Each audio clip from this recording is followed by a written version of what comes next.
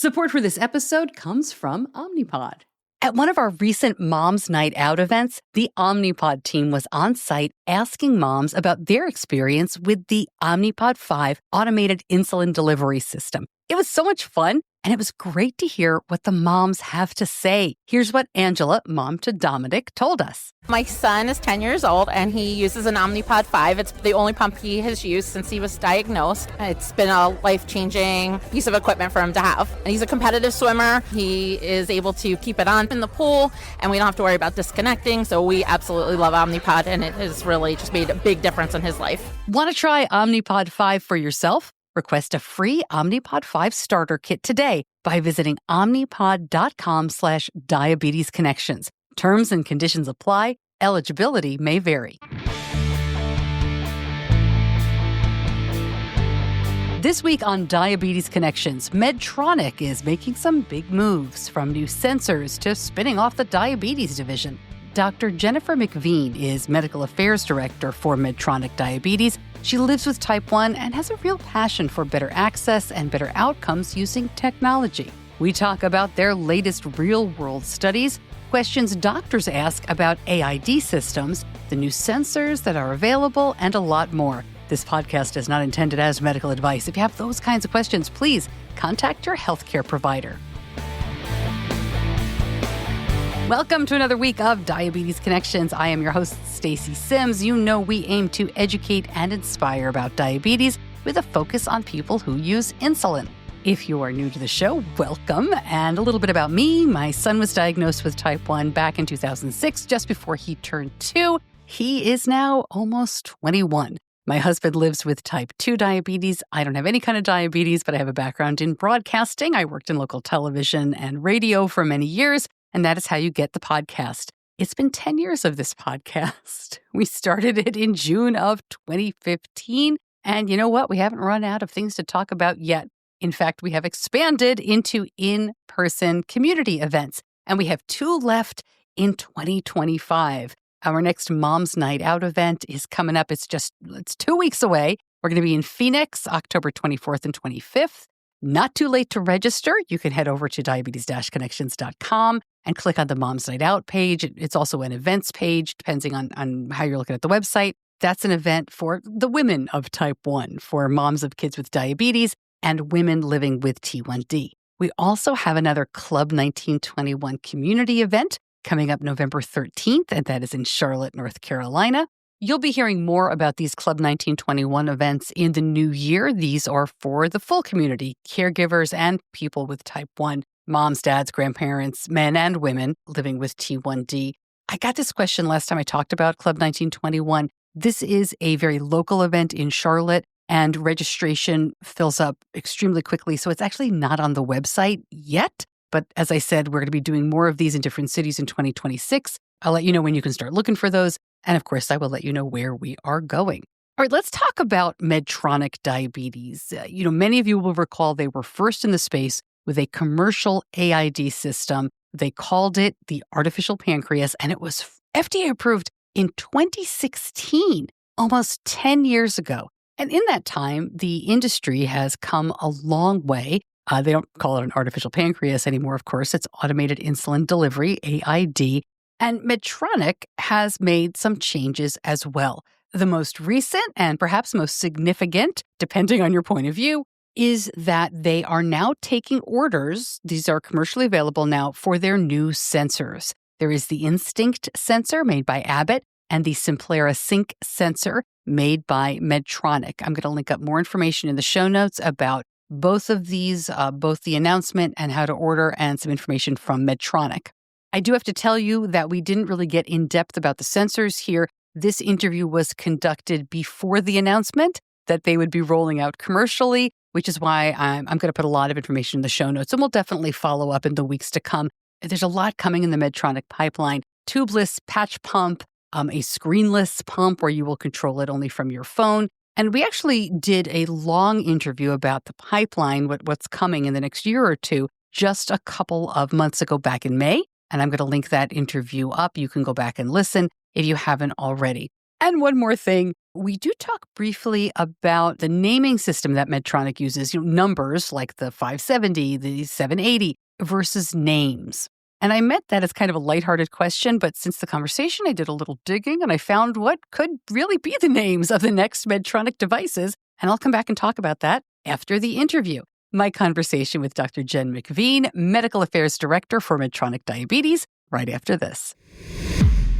One of the things we love the most about the Dexcom G6 is that it helped Benny become more independent, but maybe not in the way you're thinking. I mean, remote monitoring using the Dexcom Share and Follow let us be more confident letting him do more away from home with friends or at camp. But just the design change of G6 meant Benny could use one hand to insert the sensor. He was 14. He didn't want our help anymore. It was perfect timing. Dexcom G7 is even more simple to use and gives effortless diabetes management that fits into your lifestyle without the disruptions. Ease of use helps everybody, and I'm grateful the Dexcom product designers kept that in mind with G7. Learn more, go to diabetes-connections.com and click on the Dexcom logo.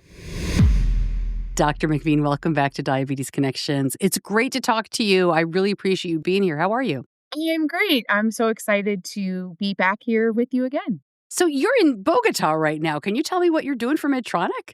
Sure. I am in Bogota right now, and we are hosting over the next couple of days healthcare providers from all over Latin America to learn about our technology and all of the recent and exciting things that are going on. Y yo hablo español, y por eso yo estoy aquí ahora en Bogotá.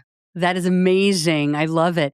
So a little off topic here. Did you grow up bilingual? When did you start speaking Spanish? How helpful must that be in the healthcare field? Yeah, well, it's a really great question. No, I actually grew up in Minnesota, which is not a place where you would necessarily expect that. But I always, as a child, loved the Spanish language and the culture and the food and everything. And I knew I wanted to be a doctor shortly after I was diagnosed with type 1 when I was 11. But the wonderful thing about, when you go to medical school is that when you're in college, as long as you do all the pre-med classes, you can major in anything you want. And so I was a Spanish major. And so I majored in Spanish, and then I went straight away to medical school. But I've had some different opportunities. I did my pediatric residency in Denver, Colorado, and there was a large Spanish-speaking population in Denver. And so I remember very happily the days that I was taking care of a lot of young children in Denver and using my Spanish. And then more recently, in the last few years, working for Medtronic as a global company, I've had the opportunity to speak in Latin America, Puerto Rico, as well as we held a patient webinar in Spanish in the United States. And so one of my personal missions is to increase access to technology for all people, and especially Latino individuals. So it's something I really enjoy. That's wonderful. One of the really interesting things about podcasting right now with AI is the promise, and I say that I'm a little concerned, but I'll use the word promise about translation. So I am looking into translating Diabetes Connections into different languages using AI, which I'm a little nervous about because it's medical, but it would be amazing to reach more people. It would just be really cool. So stay tuned, I suppose. It is really exciting. What I'll say is, as you do your first couple, find a native speaker who listens to the AI translation so they can make sure. Because I have learned traveling around Latin America, there are certain words that mean different things in different places. Yeah. Well, I mean, even when we started transcription services a few years ago, it's gotten much better. But for a very long time, it didn't speak diabetes. So A1C would be, through the transcription software, would be something like, A Wendy or, Hey 1B. It was really bad. It was really bad. But that's neither here nor there. Okay, let's bring it back to Medtronic. Lots of information and studies come out this time of year because of EASD, the European Association for the Study of Diabetes conference. That happened in September in Vienna. And one of the studies that came out with Medtronic was real-world evidence about improvements in glycemic control for people with type 1 with MiniMed 780G. Can you give me some of the high spots of that, and then we can kind of dig in? Yeah, absolutely. Well, when we were thinking about what we want to share and what we want to showcase, we've had the opportunity to have the MiniMed 780G available for many years now in Europe. And we wanted to take a look at what are the outcomes of people who've been using it for 3 or more years now. there hasn't been any data on any other system that has been published with data for that long of a period of time. And in addition, we wanted to look at not only what are the glycemic outcomes, because of course, those are critically important and necessary, but we also wanted to take a look at user burden as well as trust in the system. And so those are the big picture things that we wanted to look at with this analysis. It might be helpful to a reminder that the 780G system, I believe, has been available longer in Europe than the US. Yes. Is that correct? So yeah, I can give you a little background. So the that'd be great. 780G, so the MiniMed 780G system is an advanced hybrid closed loop system. So what does that mean? Well, that means that it has, of course, the autobasal or background insulin, but it also has the ability to autocorrect as often as every 5 minutes. And that is really a distinguishing feature because autocorrections are one of those things that really can help people with diabetes for times when they undercount carbs, forget to bolus, they enjoyed Ben and Jerry's or a piece of pizza before bed, and they fall asleep, and then the system can kick in that extra insulin that they need overnight. And so it originally came to Europe in 2020 and was approved in the United States in 2023. We're incredibly excited right now as we've had the MiniMed 780G system already for the last couple of years. But this fall, we are rolling out 2 new sensors and making life with diabetes even easier. So that's kind of the big picture on the MiniMed 780G system. And yes, it has been available in Europe longer than the US. Excellent. Thanks. I just think there's a lot of systems. There's been a lot of advances since the I can't even remember, 760, 670 came out in 2018. I really would love if Medtronic would give these names, if all the companies would give them names instead of numbers, but that's neither here nor there. That's just Well, me. I will tell you, Stacey, our next hardware, which is slated for next year, is going to have a name. Come on. So, yes. So we are very excited about that. All right. But now, okay, we're tabling these questions for later, but I'm writing down more questions about names and numbers. Okay, I'm very excited. Talk to me a little bit about what these studies show, because everybody who uses an AID system in general gets better glycemic control no matter what the system is. People get used to using it no matter what the system is. In the aggregate, there's always going to be a few people who do not. What do these studies show specifically about the 780G system? Well, this study specifically was a look at the 3-year real-world data from Europe, the Middle East, and Africa. And so what we did was we took 780G users who were 16 years or older, and they had given consent for their data to be used in an anonymized fashion. And we looked at 3 different things. We looked at the glycemic control, we looked at user burden, and system trust. And as far as glycemic control, we looked at time in range, time in tight range, GMI, time below range, all of those things. And in this study, the way we described burden, because burden can be described in different ways, we have to look at metrics, right, when we're reporting something. So what we looked at is the percentage of the insulin that was delivered by the user versus the percentage delivered by the system automatically. And then we also looked at the same time the number of user-initiated boluses. Now, talking about system trust, with the MiniMed 780G system, there are adjustable targets as well as adjustable active insulin time. And what we've seen in our pivotal trials, as well as nearly 400,000 people using the MiniMed 780G around the world, we have some recommended settings that help people achieve the highest time in range with our system. And those recommended settings are a target of 100 milligram per deciliter and an active insulin time of 2 hours. And I will say that is for individuals who are 7 and older. Okay. So those are the things that we took a look at. Now, as far as automated insulin delivery systems, we know that there are many of them. And, what do they include? They include an insulin pump, they include a continuous glucose monitor, and then they include the algorithm, the brains behind the system that delivers the outcomes. And so for us, the outcomes have always been incredibly important, right? We want to keep people safe and healthy and their glycemic control as good as possible. And you're right, people using AID systems all do better than multiple daily injections. That is the nature of AID systems.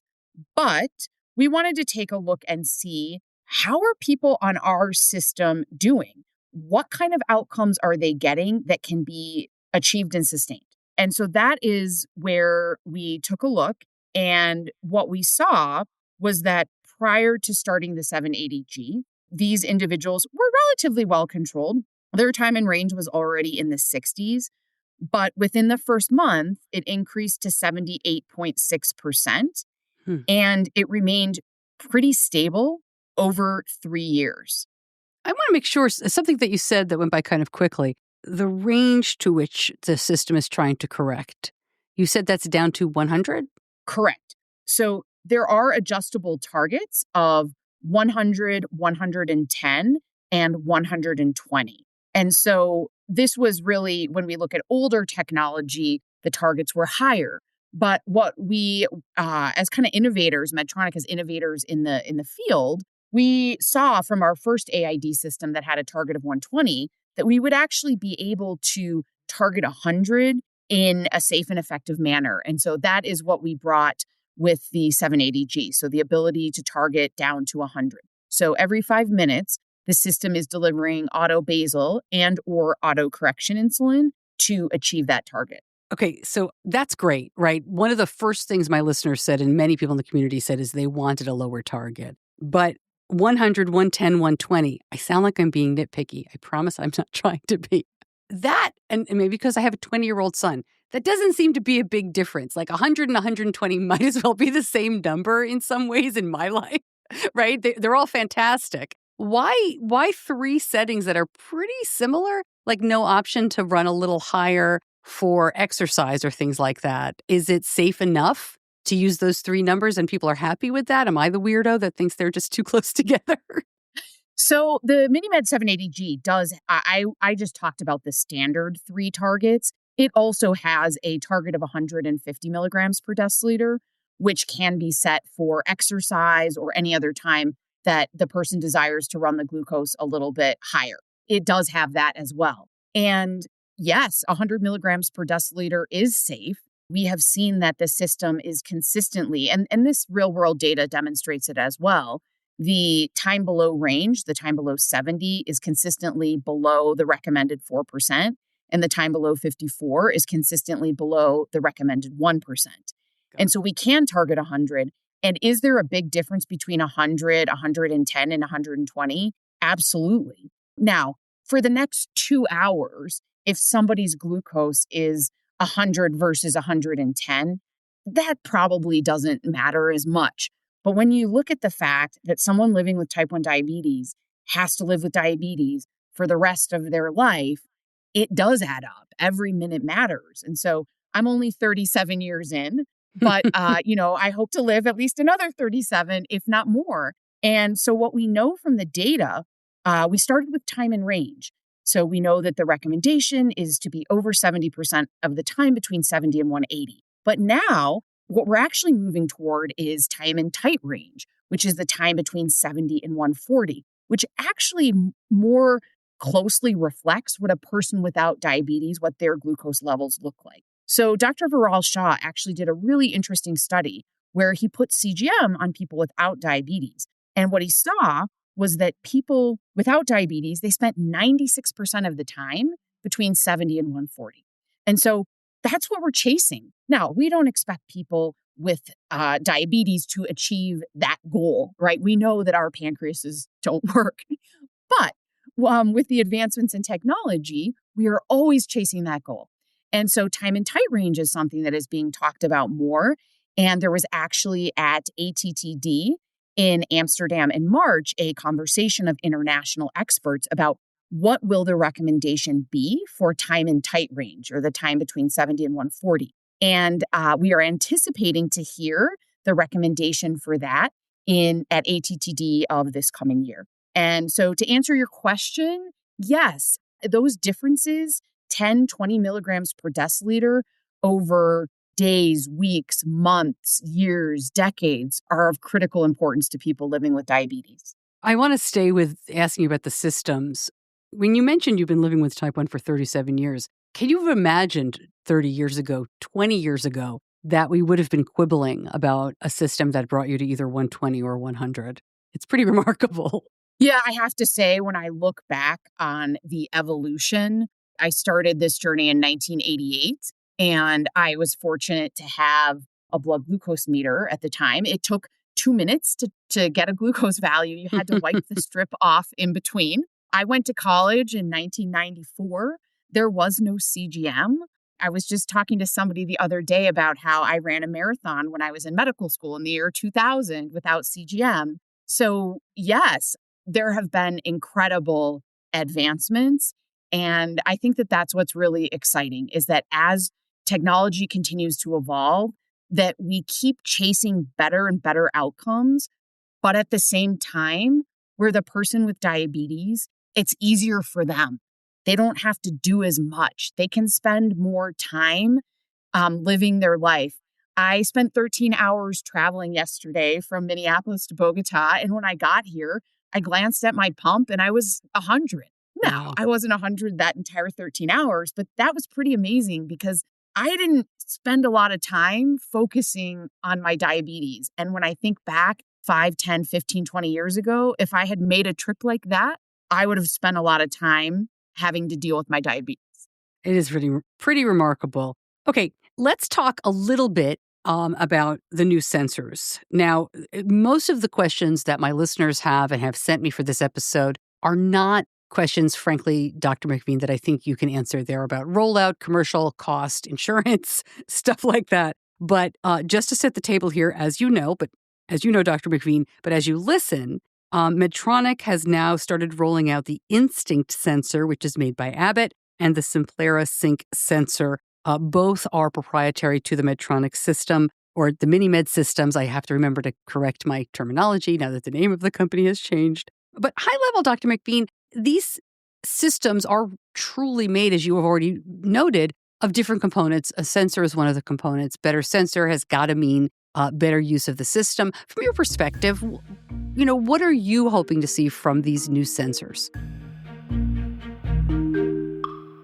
Right back to our conversation in a moment. But first, I want to tell you how to lend your voice to the future of diabetes care by participating in paid diabetes research studies that can make a difference. Join Thrivable. When you sign up to become a member of the Thrivable community, you make yourself available to share your story, insights, and perspectives with companies that design, develop, and deliver new healthcare products, services, and technologies for people living with diabetes. Who's eligible? Well, it depends on the study, but caregivers, people with type 1, and healthcare professionals. Healthcare professionals can join the HCP research community. Find out more, go to thrivable.app/Stacy or just click on the link in the show notes. Your voice can make a difference.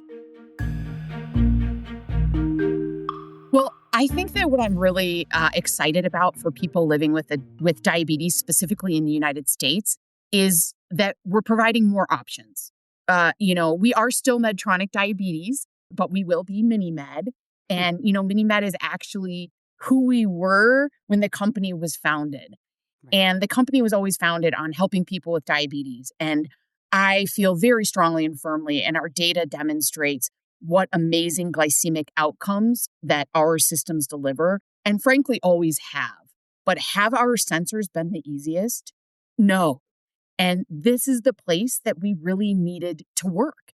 And so now we also have options for people, and people love choice. And so what is this going to do?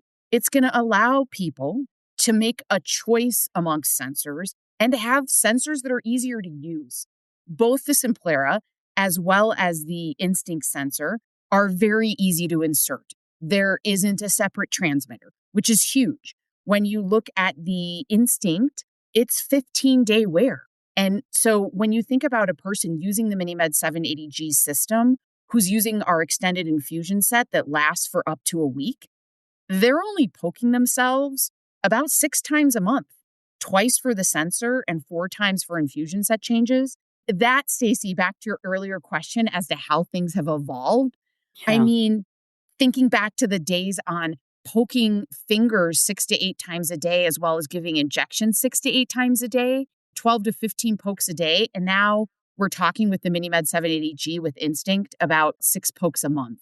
So that is what I am excited for. Less work for the person with diabetes, easier. Did those EASD studies for Europe include the different sensors? Or either, I know the Abbott one is new, but it didn't include the Simplera? Yes. So that the EASD, the 3-year data, that was retrospective.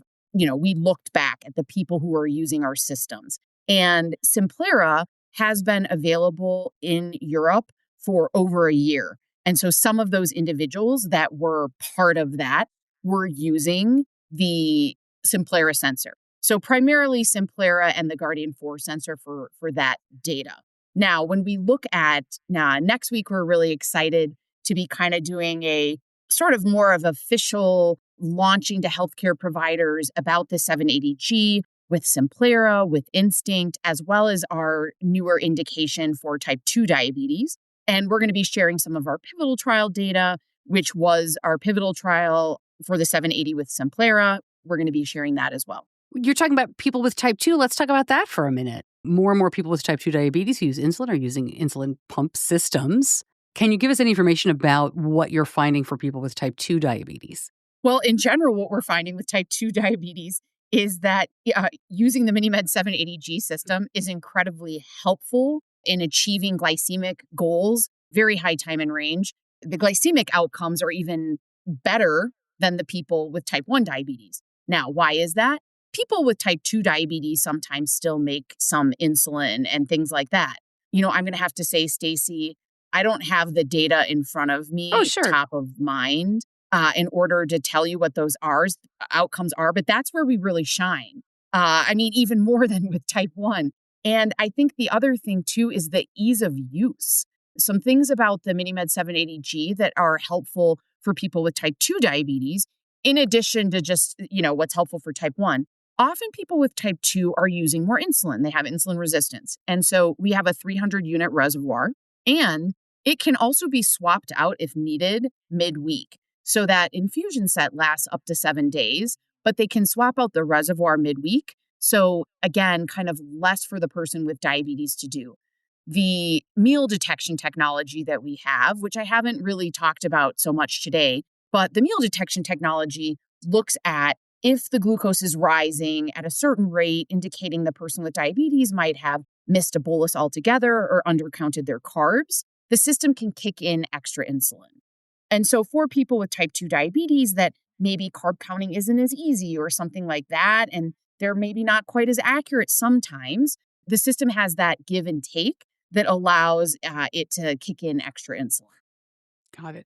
Back with type 2, though, this might be my ignorance here, but quite often people with type 2 diabetes need even more insulin. Does that, and again, not really specific to the Medtronic systems here, but is that true? And, does that make it more difficult to use an insulin pump? Because pushing really large amounts of insulin through those infusion sets can be hard.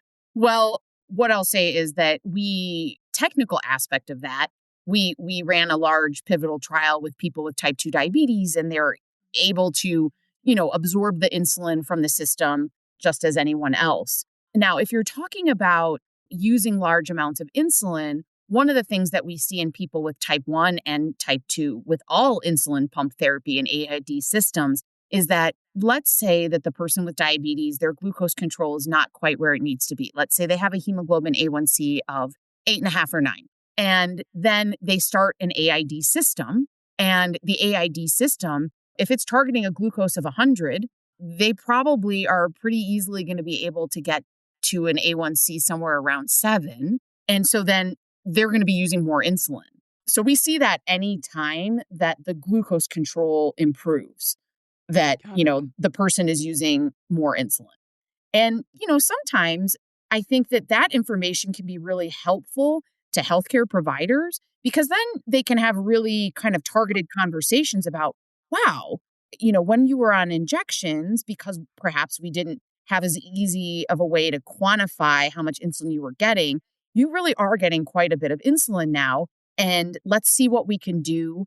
Let's have you meet with the dietitian maybe if that's necessary. Let's see what we can do to try to, help you stay active.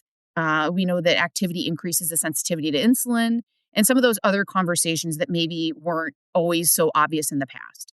this is not really germane to Medtronic or the systems. You meet with a lot of healthcare providers. You're meeting with them in Bogota right now. What do healthcare providers want to know about these systems? What kind of questions do you run into from the doctors who are explaining to their patients about this stuff? That's a really fascinating question, Stacey, because it is not necessarily the same in every part of the world. When we look at Europe, the healthcare providers are asking about outcomes because in Europe, that is number one. We are looking to treat diabetes, help treat people with diabetes, help them get glucose levels as close to normal as we possibly can, because the data is so compelling and has been for decades since the DCCT was published in 1993, that tight glycemic control is critical to decrease long-term complications. And there's newer data showing how critical it is to decrease and I think we talked about this before. In children, we know that hyperglycemia can cause negative impacts on brain development. Yeah. And so in Europe, when an HCP, a healthcare provider, they want to know what kind of outcomes does your system deliver and how can you help my patient get to those target time in range, target A1C, whatever it might be. Now, I would say healthcare providers ask about outcomes all over the world, but in Europe, that's the number one. And when you look at the data in Europe, you look at their time in range data, their hemoglobin A1C data, it's better than the rest of the world. And it's because of that. When you look at the United States, I would say that healthcare providers are more likely to ask, how easy is it for the person with diabetes?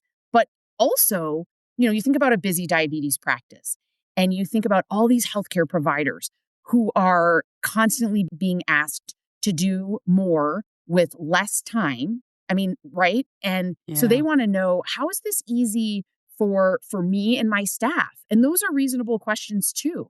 Working with people with diabetes is incredibly rewarding. It's also time consuming. And so they want a system that is just easy to use. That's really interesting. You hinted that the next set of systems may have a name and not a number. I know better than to ask what it will be, although if you want to let us know, that's fine too. But why? Do you know why? Yeah, no, it's a great question.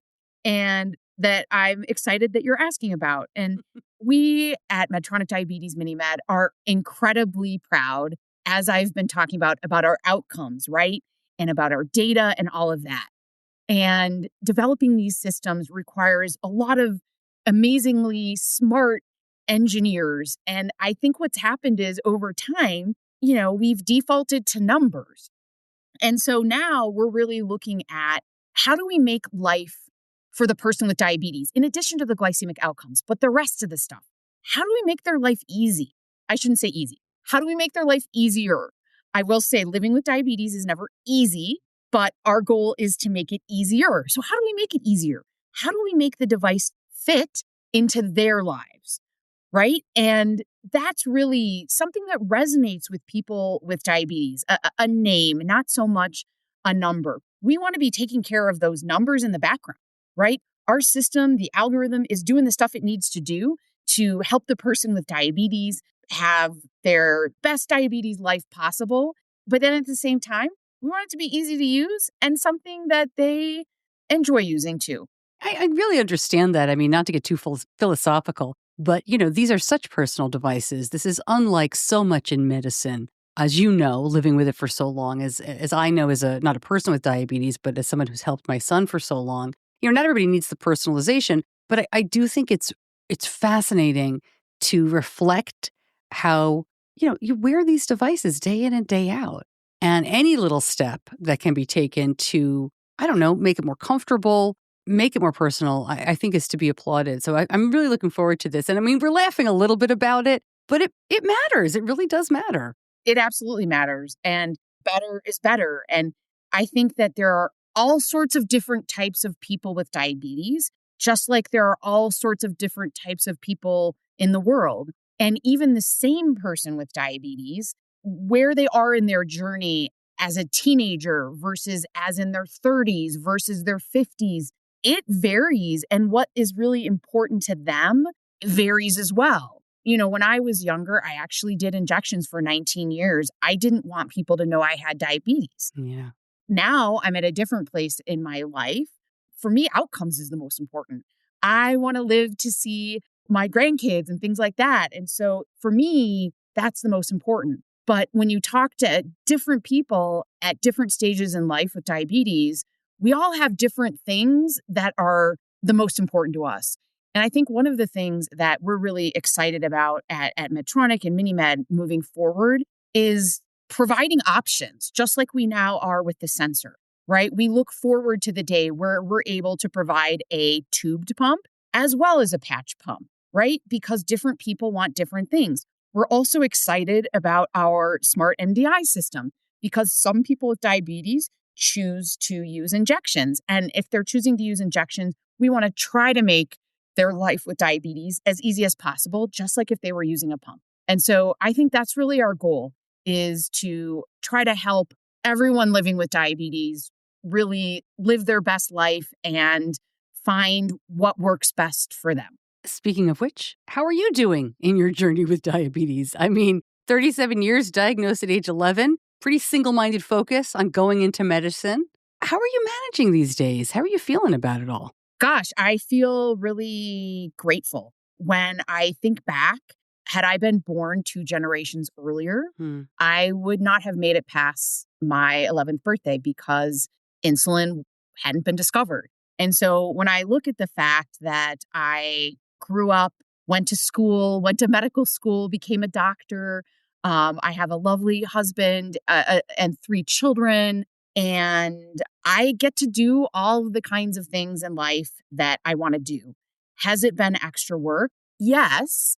But it isn't something that is stopping me. And, my real interest and passion from a research standpoint is new onsets, especially children, and starting automated insulin delivery, as well as other things shortly after diagnosis to try to preserve beta cell function. And I believe I see a day where children who are diagnosed now with type 1 diabetes will no longer be on insulin. And I'm here for that day too, but I believe it and I know it. And so I'm always really inspired by all the different research that is going on around the world to improve the lives of people living with diabetes now, but also hopefully at some point prevent it from occurring. I'm probably talking myself out of a job here, but I have to say that that's okay. I'll find something else to do.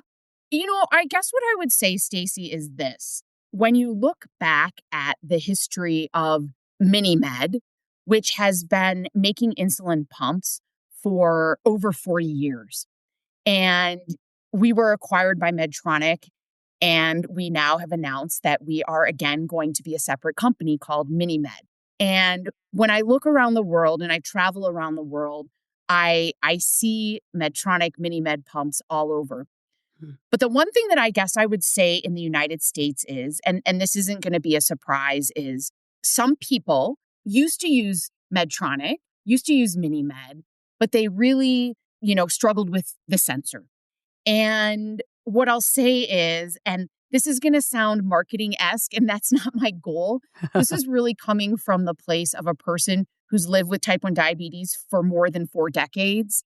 The Medtronic MiniMed 780G system provides phenomenal glycemic outcomes. We have the data to show that. The sensor has been a challenge. Try it again, right? See what happens when you try one of the new sensors. I just want for more people with diabetes in the United States to see what it's like. That would be my parting words. Give it a try. Anyway, that's all, Stacey. It has really been a pleasure, as it always is, spending time with you today. That's awesome. Yeah, I think that's and that's very honest. We know you hear us. We know you know.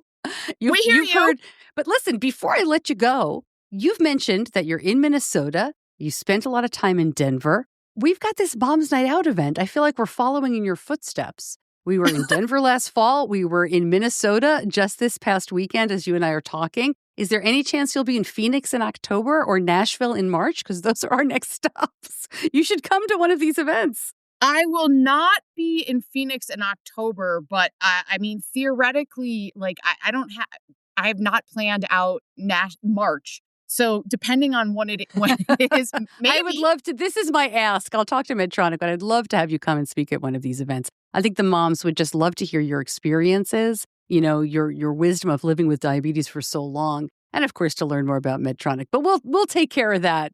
It would be a lot of fun. Channels. I have to say, one of the things I've really enjoyed with moms, and what your son probably always had, well, maybe not always had CGM, but not for the first 7 years, not from ages 2 to 9. Okay, but when I don't know, does he still live at home? Yeah. Okay, he does.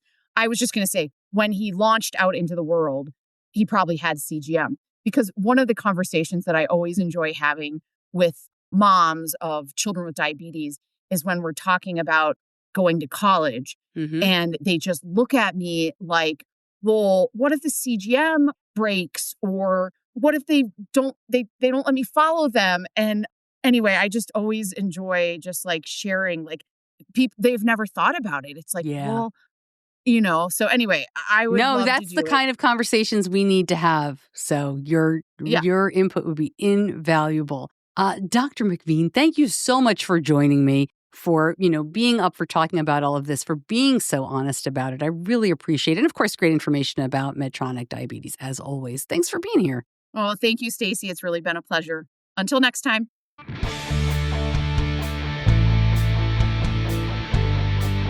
As I said, lots more information about the studies that Dr. McVean talked about, and also about the sensors that have been in the news that are brand new. Just really last week, I believe, they became commercially available and able to order. We've put that in the show notes. Just head over to diabetes-connections.com. Click on the show notes. Every episode has its own homepage. If you can't find it, just email me, Stacey@diabetes-connections.com. And again, much more to come with Medtronic, I'm sure, in the weeks and months to come. And you heard us talking about names versus numbers there.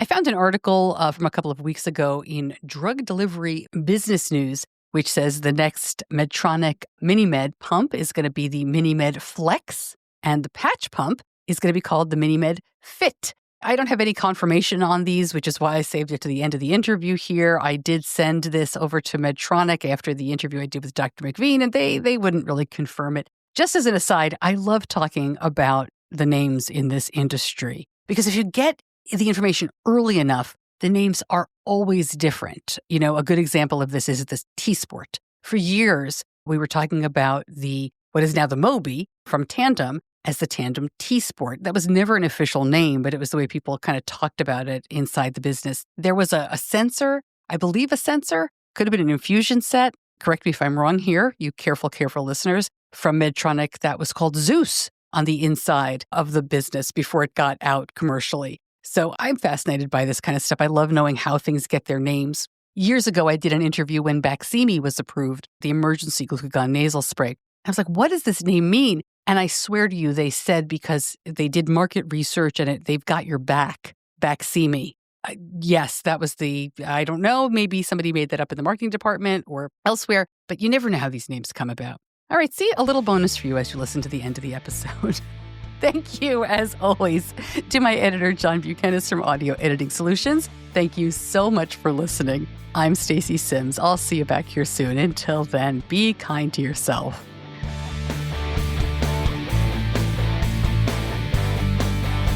Diabetes Connections is a production of Stacey Sims Media. All rights reserved, all wrongs avenged.